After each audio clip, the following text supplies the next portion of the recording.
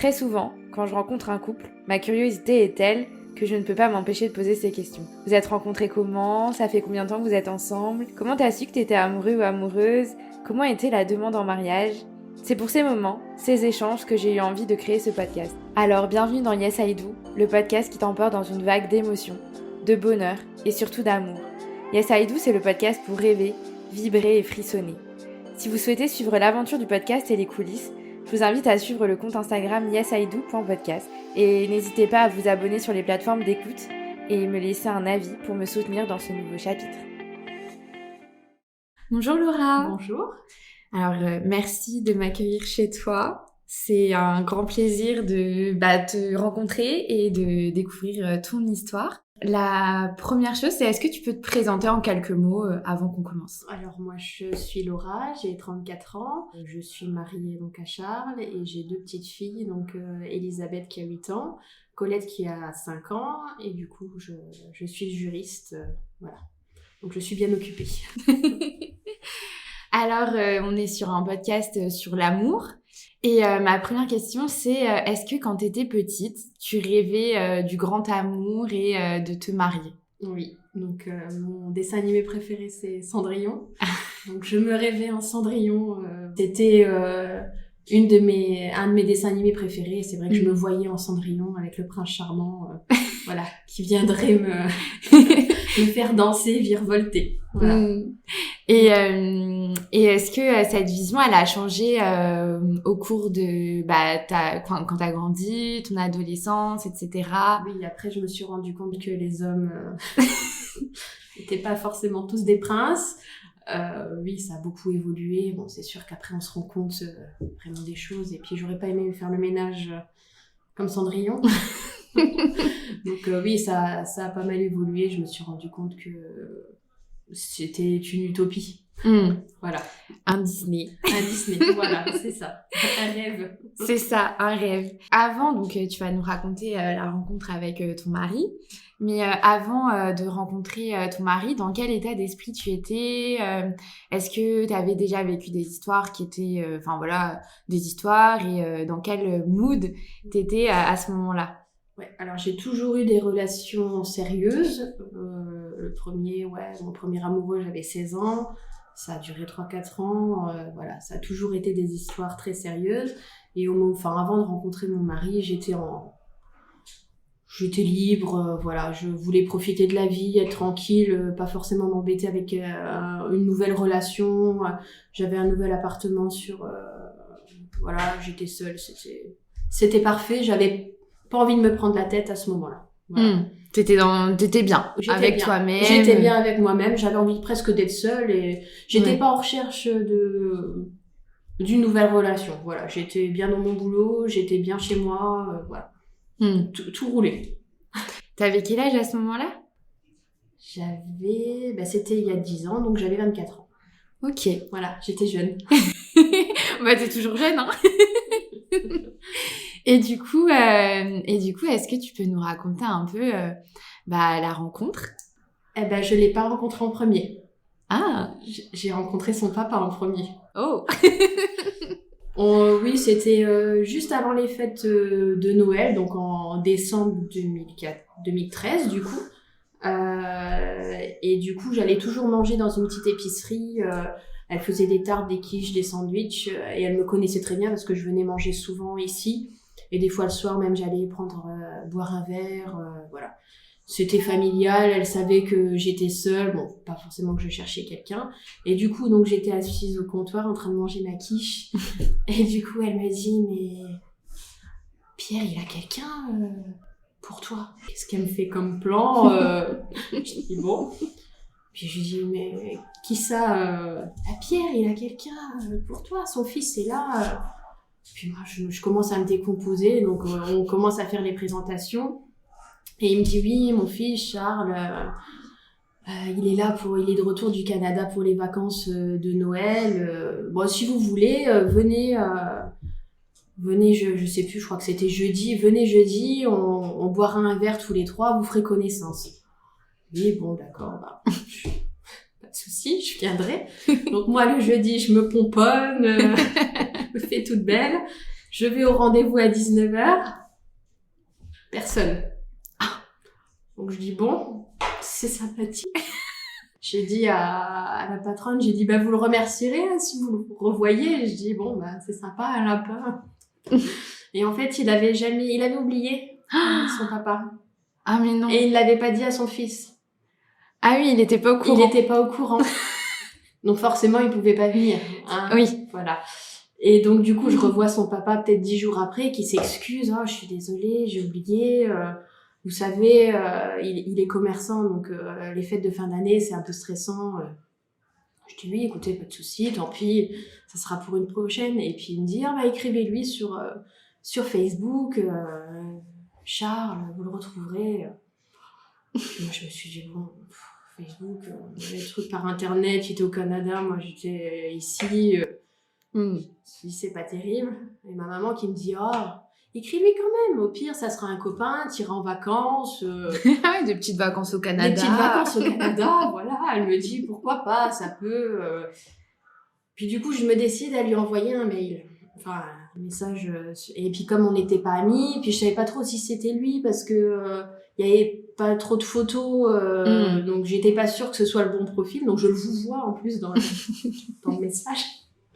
Bonjour Charles, c'est bien vous, voilà. On devait se voir, votre papa a oublié, bref.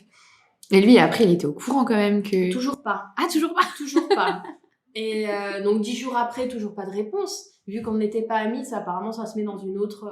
Oui, en masqué ou en archive. Ou en spam ou je sais pas quoi. Du coup, j'avais 10 jours après, toujours pas de réponse en fait. Hein. Et du coup, je dis oui, bon bah c'est mort. C'est pas grave, tant pis. De toute manière, j'étais pas dans cet objectif-là, donc c'était pas... voilà. Et 10 jours après, peut-être que son papa l'a eu au téléphone et il me répond, il lui dit « Ah, mais t'as pas eu un petit message d'une certaine Laura ?» Ben, il dit « Bah non. » Et puis du coup, il regarde et c'est là qu'il voit mon message et qu'il me dit « Bonjour, d'où connais-tu mon père ?» Bon, bah... ça a mis un petit froid. Et du coup, on a commencé à engager la conversation comme ça. Et puis, on a commencé à s'écrire tous les jours. Donc, avec le décalage horaire, je lui écrivais le matin, il me répondait. Voilà, donc on a commencé à s'écrire comme ça. Et à se connaître comme ça. Ok. Et ensuite, donc, on s'est envoyé quelques photos, uniquement des photos. On s'est pas appelé en Skype ou on s'est pas appelé. On s'est envoyé quelques photos, on échangeait tous les jours. Et au mois de février, il me dit j'ai réservé le billet d'avion, prends 4 jours de congé, j'arrive. Moi, ouais. Ok, je commence à me liquéfier sur place. Donc oui, parce qu'on avait vraiment échangé sur tout et c'est vrai que ça matchait bien. Donc après, il fallait entre guillemets concrétiser la chose. Et c'est vrai que voilà. Donc il a dit j'ai pris 4 jours de congé de telle date à telle date, j'arrive. Bon. Donc moi dans ma petite 206, je vais le chercher à l'aéroport en retard avec le trafic. Et du coup, j'arrive à l'aéroport et je ne le vois pas. Je me suis dit... Et du coup, je lui envoie un message, je dis « Je te vois pas, t'es où ?» Puis d'un coup, je vois un grand se lever. Ah ben, je crois que c'est lui. Et puis du coup, je m'avance et puis on s'est directement embrassés. Oh. Ouais. Voilà. C'est beau. Voilà. Ouais. Ça a été ouais. Parce que du coup, on savait pas si on allait se plaire. Bah oui. Voilà. Donc, je pense qu'il a pas réfléchi. M'embrasser directement. Oh là là. Et ensuite, du coup, vous avez passé ces 4 jours ensemble. Voilà, on a passé ces 4 jours ensemble. Du coup, il m'a représenté son père que j'avais déjà vu, mais oui, on a redîné ensemble. Il est venu dîner chez moi avec mes parents. Je lui ai présenté mes parents, ma sœur, voilà. Donc ça a été c'était bien rempli. Voilà, il m'a présenté sa sœur. Ouais, donc c'est devenu officiel. Oui, c'est directement devenu officiel. Il est venu les 4 jours du coup chez moi. Et moi j'avais prévenu ma maman, j'ai dit au cas où si ça se passe mal, ça va pas. Si tu m'appelles. Parce que c'est vrai qu'on sait pas. Ah bah oui. Voilà. Et puis, On sait jamais. Et puis je crois qu'on se l'était peut-être même dit en disant si jamais ça va pas, voilà. Mais si ça matche pas, Si bon ça bah. matche pas, voilà. Mais bon. Mais au final. Mais au final, ça a matché tout de suite. Ça a matché tout de suite. Voilà. Mais du coup, il a habité au Canada. Il habitait au Canada. Donc au bout des 4 jours, je l'ai ramené à l'aéroport en pleurs. En me disant il va jamais revenir. En disant c'est peine perdue. Ma mère des gens flippe en tu vas pas partir, hein, tu restes là.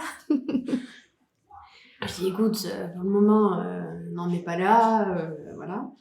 Donc au bout des 4 jours, j'étais en pleurs, voilà, de le ramener à l'aéroport. Donc après, on s'est de nouveau renvoyé des messages. On s'est skypé du coup presque tous les jours. Quand lui rentrait du boulot, moi je dormais déjà, mais du coup il m'envoyait un message. Je suis dispo, on discutait un peu. Voilà. Et du coup, il est de nouveau revenu pour Pâques, au mois d'avril, quelque chose comme ça. Et donc là, du coup, c'était le repas de Pâques, donc il a vu toute ma famille. J'ai vu toute sa famille. C'était vraiment voilà. La rencontre officielle. La rencontre, avec tout le monde. Et de son côté, je pense qu'il fallait confirmer ce qui s'était passé au mois de février en disant est-ce que c'était juste le moment ou est-ce que c'est vraiment voilà. Est-ce que c'est vraiment elle ou pas? Voilà. Donc il fallait donc ça a été et quand je l'ai ramené à l'aéroport aussi au bout de 5 jours, il me dit écoute, je fais mes affaires, je fais ce que j'ai à faire, je démissionne et j'arrive. Oh. Donc il était prêt à rentrer en France. Il était prêt à rentrer en France. Ouais. Et du coup, ça a duré combien de temps Et du coup, le temps qu'il démissionne, etc., qu'il vende ses affaires, parce qu'il n'allait pas rentrer avec... il a vendu pas mal de trucs, il a vendu sa voiture, enfin voilà. Et du coup, au mois de juin, il était là. Donc même pas... Enfin, 6 mois après, il était là. Ah ouais. Ouais. Voilà. Ah, c'est beau. Ouais. Voilà. Et ensuite, du coup, donc vous commencez votre relation et très vite, vous parlez de mariage ou pas forcément Pas forcément tout de suite. Pour lui, le plus important, c'était d'avoir des enfants. C'était de fonder une famille, en sachant qu'il a 9 ans de plus que moi. Donc bon, pas qu'il était, entre guillemets, vieux, mais il fallait pas non plus tarder. Donc on a commencé notre vie de couple tranquillement pendant 1 année. Et l'année suivante, l'année d'après, je dis écoute, est-ce que j'arrêterai pas ma contraception? Je dis parce qu'on sait pas, maintenant on entend tellement de couples dire je mets 1 an, 2 ans à concevoir un bébé, donc j'ai dit est-ce qu'on tenterait pas et puis on voit si ça marche ou pas. Voilà. Et 2 mois après j'étais enceinte. Voilà. Donc en fait, il n'a pas le temps de dire ouf que c'était là. C'était voilà. parti. C'était parti, voilà. Donc ça m'a surpris parce que du coup, je me suis dit, j'étais tellement... En plus, on calcule... Enfin, on n'était pas dans cet objectif, on n'a rien calculé. Et du coup, au bout de 2 mois, me dire, ça y est, je vais être maman, 25 ans, c'était... j'étais un peu surprise. Mais après, oui. C'était... Oui, c'était voulu. Enfin, voilà. Mais je pensais pas que ça... Oui, que ça arriverait aussi vite. Ça arriverait aussi vite, voilà. Donc, voilà. Et du coup, je reviens un peu sur votre début d'histoire, parce que vous avez commencé du coup à distance. À quel moment tu t'es dit, ou vous vous êtes dit que vous étiez amoureux et que en fait c'était que vous aviez envie vraiment de construire quelque chose de durable? Ça s'est fait tellement naturellement, c'était tellement une évidence que en fait on se l'est même pas dit, c'était ça coulait de source quoi, c'était ouais, c'était évident. C'était évident. C'était lui, c'était nous. On s'est même pas posé la question en fait. Mais je crois quand il est venu au mois de février, au bout de 2 jours, on s'est dit qu'on s'aimait quoi. Ouais. Alors que non, enfin Surtout un garçon, enfin, je veux dire, ils sont quand même assez pudiques et Ouais. voilà. Voir quelqu'un 2 jours ou 3 jours et dire je t'aime, c'est peut-être un peu, voilà, mais ouais, c'était évident. Ça, ouais. Vous l'avez senti, en fait, tous Ouais. les deux. C'était Ouais. une connexion C'est ça. mutuelle. Alors qu'on n'aurait jamais dû, logiquement, jamais dû se rencontrer. Enfin, C'est le destin. c'est le destin. Et du coup, donc, vous avez votre premier enfant. Et à quel moment... Et du coup, vous êtes... là, vous êtes mariés? Non, on n'est toujours pas mariés. Vous n'êtes pas mariés? Non, on n'est pas mariés. En fait, je lui annonce que je suis enceinte, je crois, au mois de juin, quelque chose comme ça. Et au mois d'août, c'est mon anniversaire. Donc, il m'emmène au restaurant. Donc, il fait chaud. Il n'avait pas de veste. Donc, moi, je m'installe. Puis, je bois pas. Enfin, du coup, je peux pas boire d'alcool, pas de champagne, rien du tout. Donc, on trinque quand même. Et on connaissait bien la patronne du restaurant. Donc, elle savait que c'était mon anniversaire. Donc, au moment du dessert, ils arrivent avec les bougies là qui font des... Oui, les étincelles, là, oui, merci, tout le monde me regarde, oui, bonjour, c'est mon anniversaire. Et sous une petite cloche, en fait, il y avait un paquet noir avec le ruban, là, avec plein de flots. Et puis moi, je fais, oh, c'est sympa, ils m'ont mis un petit paquet de chocolat avec. Comme il avait pas de veste, rien. Et puis, je dis, oh, ben, je mange mon dessert. Et puis, il me dit, non, il faut que tu ouvres. Je dis, mais je veux pas manger de chocolat. Je l'ouvrirai à la maison. Non, il me dit, là, c'est le moment que t'attends, faut que tu l'ouvres. Et puis, le temps que je pense que c'était les hormones, le temps que ça monte au cerveau. Et je dis, mais, il me dit, c'est le moment que t'attends, là. Ah, ok, donc tu vas faire ça au restaurant. Je dis, ne te mets pas à genoux, s'il te plaît, j'ouvre le paquet. Je suis rouge, je pense que je suis rouge écarlate. Et du coup, tout le monde regarde et applaudit. J'ai le droit à la belle déclaration, la belle bague de fiançailles, etc. Voilà. Oh. Donc, voilà. Du coup, au restaurant. Du coup, au restaurant, ouais. Et, en étant enceinte de la première. Oh. Voilà. Et du coup, c'était il y a combien de temps? Ah, mais c'était il y a... Ah ben, c'était il y a... Alors, il m'a demandé en 2015. Ok. Voilà. Et on s'est mariés en 2016. Oh. Voilà, en septembre 2016. Donc, on a attendu que j'accouche un petit peu pour avoir une belle robe quand même. Que je perde un peu mes kilos de grossesse. Et puis après, oui, voilà. On a fait un petit mariage familial, voilà, avec nos amis proches, notre famille. On n'a pas fait les choses... C'était un mariage à votre image. C'était un mariage à notre image simple et voilà, avec nos familles, nos amis, voilà. Est-ce que t'as un des plus beaux... Enfin, c'est quoi le plus beau souvenir de votre mariage? Ah bah je crois que c'est quand mon papa m'a emmenée à l'église. Là, j'étais... En plus, moi, je suis très émotive. Alors, au bout de... On voit sur une photo à chaudes larmes en train de pleurer. Voilà, ouais, c'était ça. Ouais. Et après, donc maintenant, ça fait 10 ans que vous êtes ensemble. Après 10 ans de relation, pour toi, c'est quoi les secrets d'une relation qui dure, une relation saine et durable? C'est savoir se parler. Savoir se parler, mais savoir aussi écouter l'autre. Sans savoir bien écouter l'autre, son ressenti, mais il faut vraiment que l'autre se livre. Ça sert à rien de tout garder pour soi, et puis au final voilà, faut savoir parler à l'autre et que l'autre sache écouter et voilà, mettre en place si on se dit que quelque chose ne va pas, savoir mettre des stratégies pour que ça aille mieux et que ça roule, voilà. Savoir se parler, écouter, ouais, je pense que c'est... La communication et l'écoute, ouais. Voilà, c'est le principal. Après, retrouver des moments à deux avec 2 enfants, c'est pas évident, mais bon, il y a toujours papy, mamie, voilà. Et puis c'est vrai que le soir, quand elles sont couchées, on a toujours un moment pour nous, mais c'est vrai que, ouais, faut bien savoir se parler, écouter, ouais, je pense que c'est... Des fois, on n'a même pas besoin de se parler. Vous comprenez? Ouais, on se comprend. On n'a pas besoin. Et c'est marrant parce que on a les mêmes envies presque au même moment alors qu'on n'a pas... qu'on s'est pas parlé avant, quoi. Ouais. Donc c'est... Ouais, des fois c'est bizarre. Bah, c'est un vrai match, en fait. Ouais, voilà. Vous étiez fait pour Ouais. vous trouver Ouais. et lui, ça n'a... Enfin, est-ce que tu sais, quand il t'a rencontré, qu'est-ce que lui a pensé? Ou est-ce qu'il t'en a déjà parlé? Oui, il m'en a déjà parlé. Il me dit, quand j'ai vu ton message, il a tout de suite été checker mon profil Facebook. Et il a vu ma photo, une de mes photos de profil, et il a dit, presque entre guillemets, celle-là, ouais, c'est elle.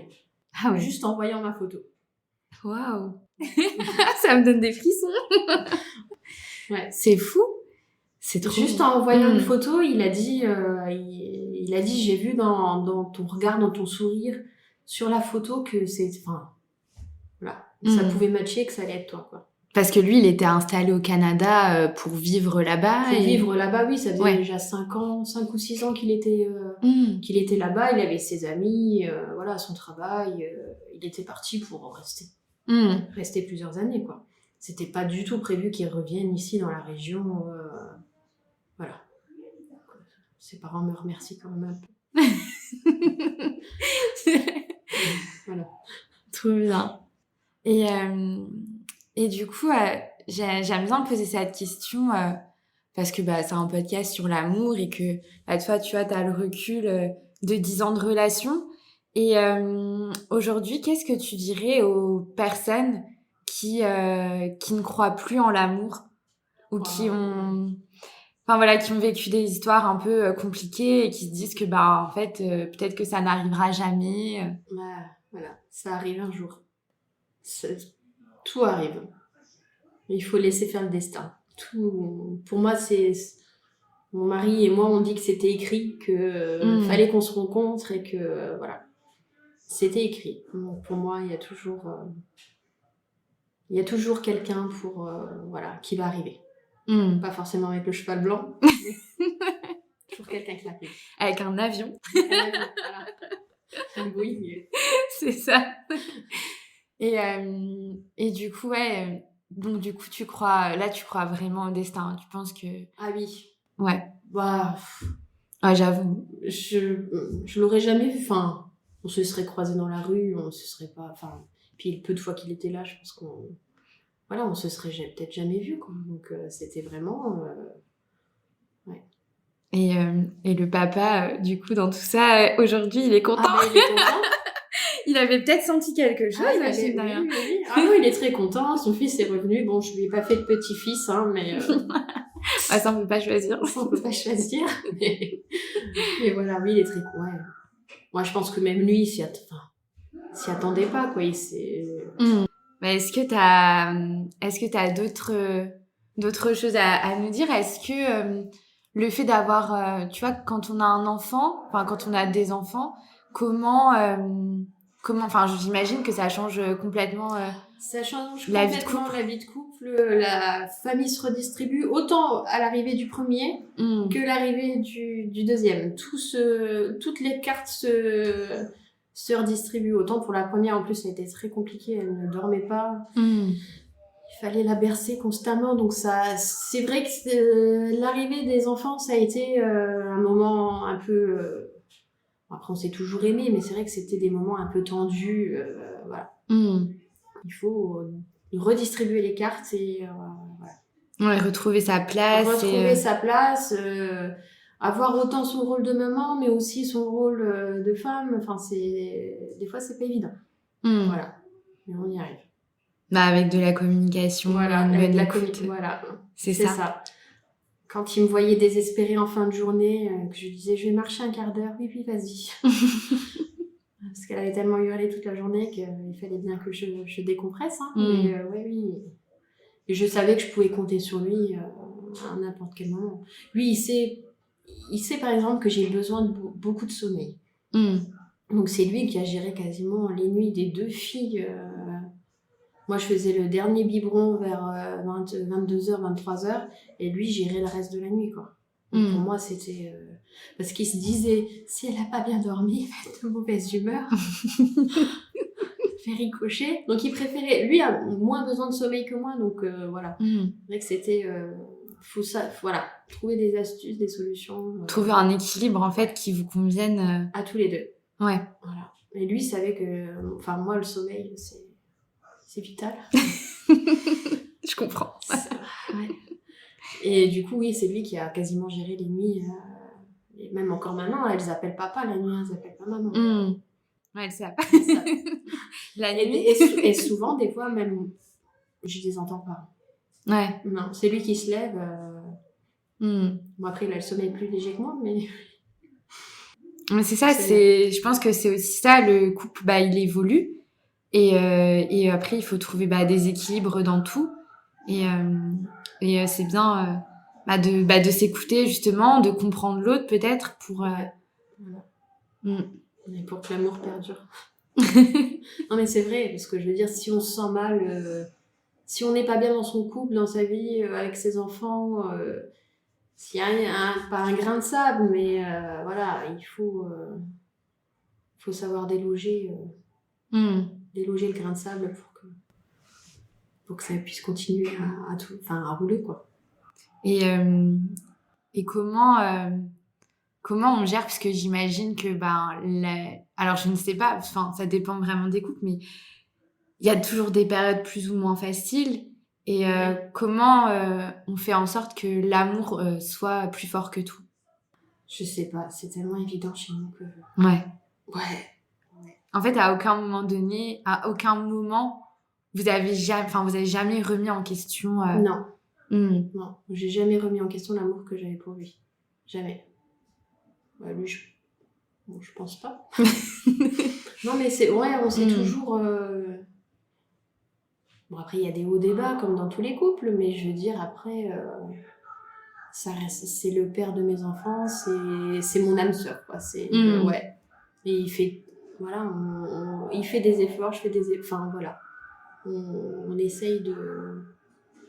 Comme les 5 doigts de la main, quoi. Que tout colle ensemble. Comme une équipe, en fait. Ouais, voilà. Comme une équipe. Écoute, merci beaucoup pour ton partage. Est-ce que tu as d'autres choses à rajouter par rapport à tout ça? Il faut croire en l'amour et... Ouais, faut croire en l'amour. Ça arrive un jour. Écoute. Voilà. Merci beaucoup. Merci à toi.